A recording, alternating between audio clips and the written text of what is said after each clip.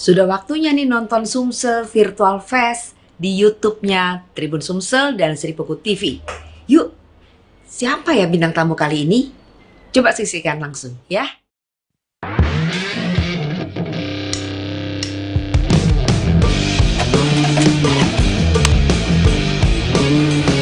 Tes, tes, tes. Oke, standby. 3, 2, 1. Bismillahirrahmanirrahim. Assalamualaikum warahmatullahi wabarakatuh. Alhamdulillah, pagi menjelang siang ini kami dari Sumsel Virtual Fest kembali bisa menyapa para hadirin sahabat Seripuku TV dan Tribun Sumsel. Pada kesempatan edisi hari ini, kita sudah mendatangkan narasumber dalam pembahasan tentang sudah tak wajar lagi jalan umum dipasang portal. Dalam kesempatan pagi hari ini kita mendatangkan narasumber dari Dinas Perhubungan Kota Palembang bersama Bapak Indra Suryadi, Kabid Transportasi Jalan dan Rel. Selamat pagi, Assalamualaikum Pak Indra. Waalaikumsalam warahmatullahi wabarakatuh, Pak Yandi. Alhamdulillah. Baik Pak, kabar sehat? Alhamdulillah masih sehat selalu. Oke, Pak Indra ini seyogianya kita mendatangkan Pak Agus Rizal, Kadisub, tapi berhubungan di waktu bersamaan beliau ada kegiatan dan acara lain dan diganti dengan Pak Indra, tapi insya Allah tidak mengurangi substansi dari diskusi dan pembahasan materi kita pada pagi hari ini. Pak Indra, Ya. pagi hari ini kita membahas tentang soal pemasangan portal di jalan umum. Ini kan di beberapa tempat di Kota Palembang kita sering menjumpai portal-portal ini dipasang di jalan umum, Pak Indra. Sebenarnya seperti apa Pak Indra aturan pemasangan portal di Kota Palembang, Pak Indra? Untuk kalau dibahas dari segi hukum dan aturannya, Pak Indra. Ya, jadi namanya portal itu kalau dalam bahasa transportasi itu alat pengendali pengguna jalan. Jadi khususnya alat pembatas tinggi dan lebar kendaraan. Itu namanya portal. Kalau bahasa portal itu bahasa awam kita masyarakat ya, portal.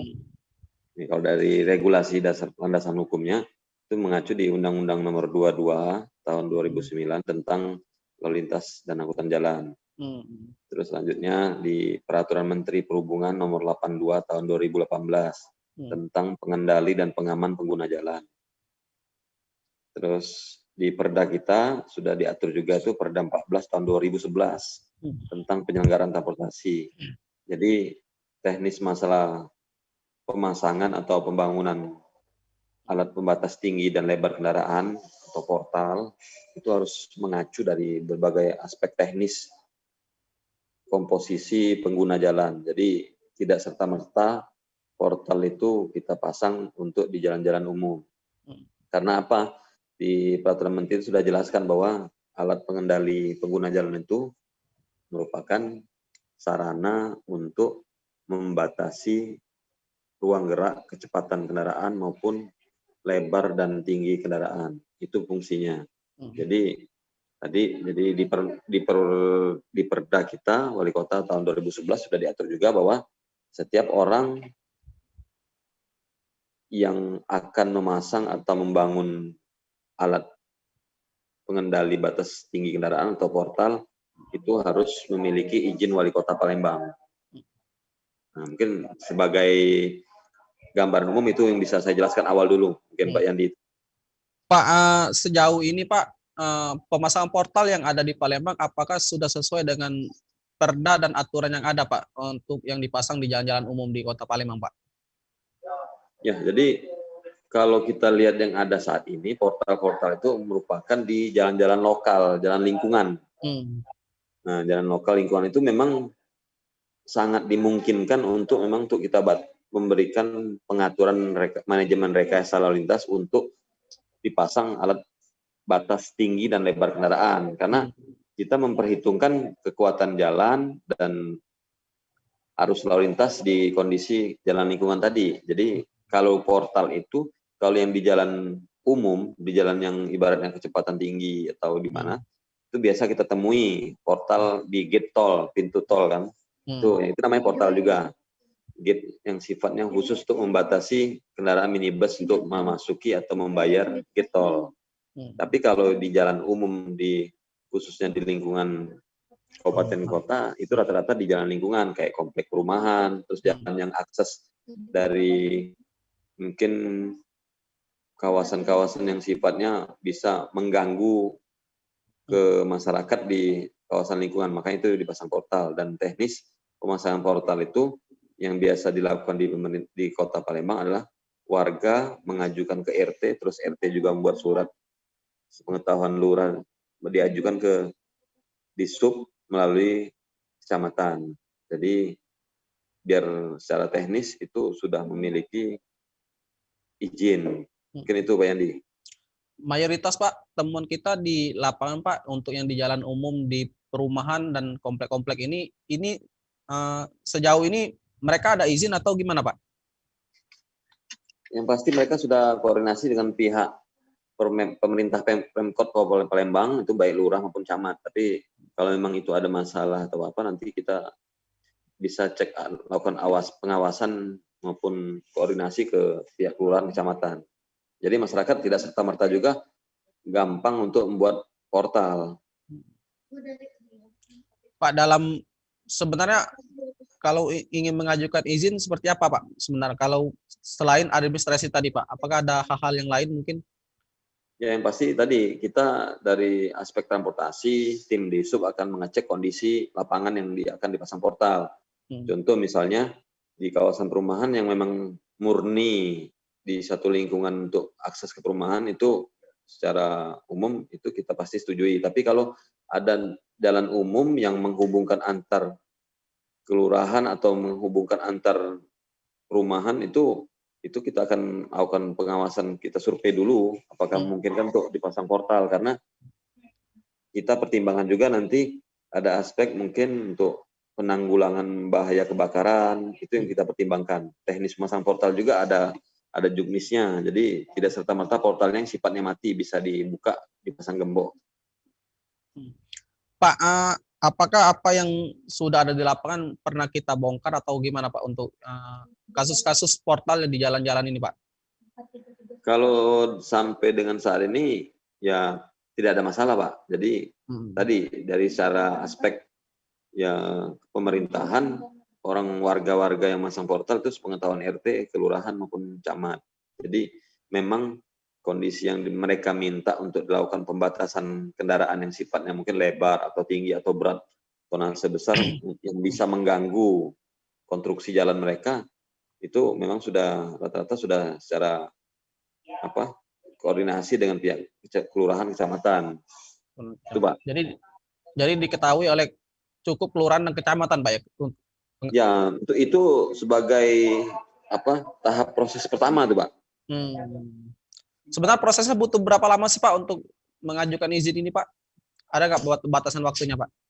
Ya pasti dengan jam kerja yang pasti secepat-cepatnya Pak.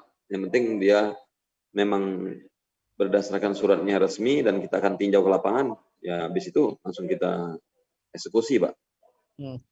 Pak, kalaupun ada prosedur untuk melakukan keluhan Pak, seandainya ada keluhan nih, bagaimana masyarakat untuk melaporkan adanya keluhan, misalnya ada portal, karena adanya portal ini Pak, ke Dinas Perhubungan? Jadi gini Pak Yandi, jadi teknis portal itu, ya namanya portal kan otomatis dia disepakati oleh warga sekitar ya. Nah, tapi kalau apabila ada keluhan, berarti dia portal yang sifatnya pribadi nanti ujungnya kan. Jadi warga bisa ngeluhkan itu ke Pak RT, ke lurah, ke camat. Nanti bisa juga nanti suratnya tembuskan ke Dinas Perhubungan. Nanti akan kita tinjau.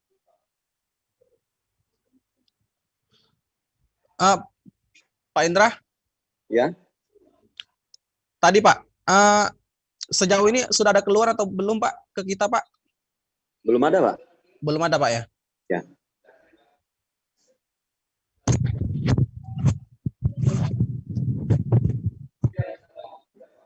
Jadi kalaupun ada keluhan berarti ini cukup dari RT, kemudian RT bisa melaporkan ke Dinas Perhubungan, ataupun masyarakat bisa ke Dinas Perhubungan langsung Pak, tanpa boleh, ke RT Pak. Ataupun itu. Ya, tapi maksudnya surat itu disampaikan juga ke RT, kelurahan, kecamatan. Dan nanti juga bisa kita koordinasi ke camat atau kelurah, atau kalau mereka memang portal ini sifatnya pribadi, kepentingan sendiri, atau mewakili kepentingan masyarakat secara umum. Makanya suratnya harus disampaikan ke RT, lurah, camat, dan ke Disub. Jadi biar bisa kita sama-sama bisa tinjau teknisnya seperti apa sih portal yang dijadikan keluhan itu. Pak, ini kan mayoritas alasan dari masyarakat memasang portal ini kan soal keamanan, Pak. Kadang-kadang kan ada kejadian kemalingan dan bobol rumah dan sebagainya, sehingga akses jalan itu dipasang portal. Sebenarnya secara segi hukum, secara aturan, sebenarnya fungsi portal ini selain atur kendaraan keluar masuk kendaraan, apa sih sebenarnya Pak, dari sisi bunyi poinnya yang ada di aturan, Pak? Yang pasti namanya alat pengendali tinggi dan lebar kendaraan itu dari teknisnya transportasi adalah untuk membatasi ruang gerak kendaraan sesuai spesifikasi yang akan kita pasang teknis tinggi dan lebarnya. Itu aja Pak. Jadi bukan masalah aspek hukum terkait masalah pencurian atau perampokan, itu tidak ada dasar sama sekali untuk pemasangan portal tuh Pak. Berarti ya kadang-kadang kan yang kami temukan kan kadang-kadang di sini sering kemalingan deh. Jadi kita pasang portal, jadi kendaraan orang masuk keluar masuk, yang orang luar nggak bisa akses keluar masuk kecuali warga sekitar. Beberapa juga kita temukan seperti itu alasannya Pak. Jadi ya, itu bisa dikatakan ilegal nggak Pak? Ya makanya saya bilang tadi, kalau memang warga yang merasa terganggu dengan adanya portal, buat mereka keluar masuk aktivitas mereka susah gara-gara ada di portal, itu bisa sampaikan keluhannya tadi ke RT, ke lurah, ke camat, ke Disub. Nah, teknis masalah tadi yang seperti Bapak bilang ilegal atau tidak ilegalnya, makanya kita butuh penyampaian surat keluhan tadi, akan kita tinjau. Jadi kita lihat spesifikasinya dulu. Pembatasan portal ini itu mewakili suatu kawasan perumahan atau mewakili kepentingan pribadi. Jadi saya contohkan seperti ini. Kalau seandainya di model perumahan, di komplek perumahan, dia sistemnya one gate system, itu ada portal juga kan, itu sah-sah saja karena mereka mewakili komplek perumahan. Tapi kalau dia di jalan umum, warga di kampung, masyarakat, misalnya di kelurahan, saya ambil contoh misal di Tangga Buntung nih, tempat kantor kita, di jalannya dipasang portal, itu sudah mengganggu karena aktivitas masyarakat bukan hanya untuk mewakili ke Tangga Buntung dan tujuan akhir ataupun tujuan awal dari Tangga Buntung, itu tidak sah, tidak akan kita setujui dan akan kita bongkar. Tapi kalau dia memang satu perumahan, komplek perumahan, dia pasang portal, ya sah-sah aja memang karena itu kepentingan perumahan dia. Jadi sisi kepentingan juga menjadi pertimbangan kita Pak ya, maksudnya dari komplek. Iya, jadi aspek pemasangan portal itu tadi kita membatasi ruang gerak kendaraan yang sifatnya untuk menjamin keselamatan di wilayah yang akan kita pasang portal. Pak, tapi di contoh kasus ini di perumahan Pak, contoh kasus seperti ini Pak misalnya, kan di lain sisi pemasang portal ini itu tadi untuk bisa mengatur lalu lintas kendaraan tonase yang besar ataupun sebagainya supaya jalan tidak rusak ataupun lebih keamanan. Tapi di lain sisi juga kadang-kadang alasan nih, kalau di perumahan lagi berkembang Pak, alasan mobil ini kadang-kadang kalau kami nggak masuk nggak bisa bangun rumah ataupun nggak bisa ngantar barang, sehingga perekonomian sering tersendat. Nah ini kasus, kalau studi kasus seperti ini seperti apa Pak, misal kajian tadi Pak? Ya kalau dalam suatu komplek perumahan ya tadi itu kan yang bertanggung jawab developer. Jadi warga yang sudah membeli perumahan itu kan memang sudah menyepakati kontrak-kontrak dengan kredit dengan developer. Jadi mungkin developernya menjamin untuk keamanan dan keselamatan. Jadi makanya mereka pasang portal dengan sistem one gate system. Jadi sah-sah saja. Tapi kalau tadi perumahan itu di tengah kampung masyarakat dan di jalan yang perumahan itu memang menghubungkan akses kelurahan di kiri kanan ataupun yang di belakang di depannya, itu tidak boleh. Pak, kalaupun masyarakat memasang portal Pak, kadang-kadang kan dikunci mati Pak, digembok. Yang pegang gembok kadang-kadang lagi kerja, kadang-kadang. Nah, kalaupun sebenarnya sesuai aturan seperti apa Pak? Ya kalau teknis masalah itu sering kita temui masalah, memang portal tuh harus dipasang yang sistem yang bisa dipasang buka tutup, yang dengan teknisnya digembok. Nah untuk masalah teknis pemasangan gembok itu makanya kita koordinasi sama Pak RT-nya, Pak RT yang bertanggung jawab. Jadi bukan warga perorangan. Jadi langsung RT setempat yang jadi bertanggung jawabannya Pak ya? Iya.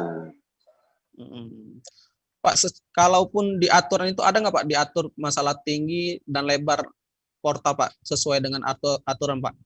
Kadang-kadang kan masyarakat tidak mengacu pada aturan Pak.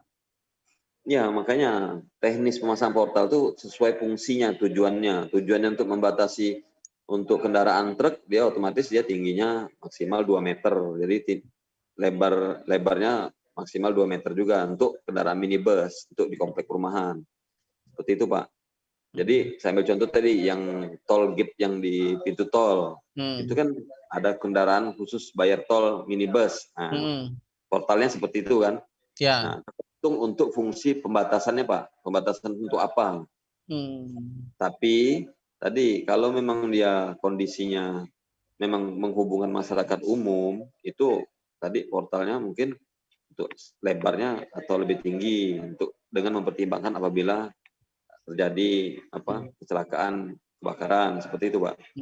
Oke Pak Indra, mungkin sifatnya penegasan ataupun imbauan Pak Indra untuk ke masyarakat supaya bisa membuka wawasan masyarakat terkait masalah portal ini Pak Indra.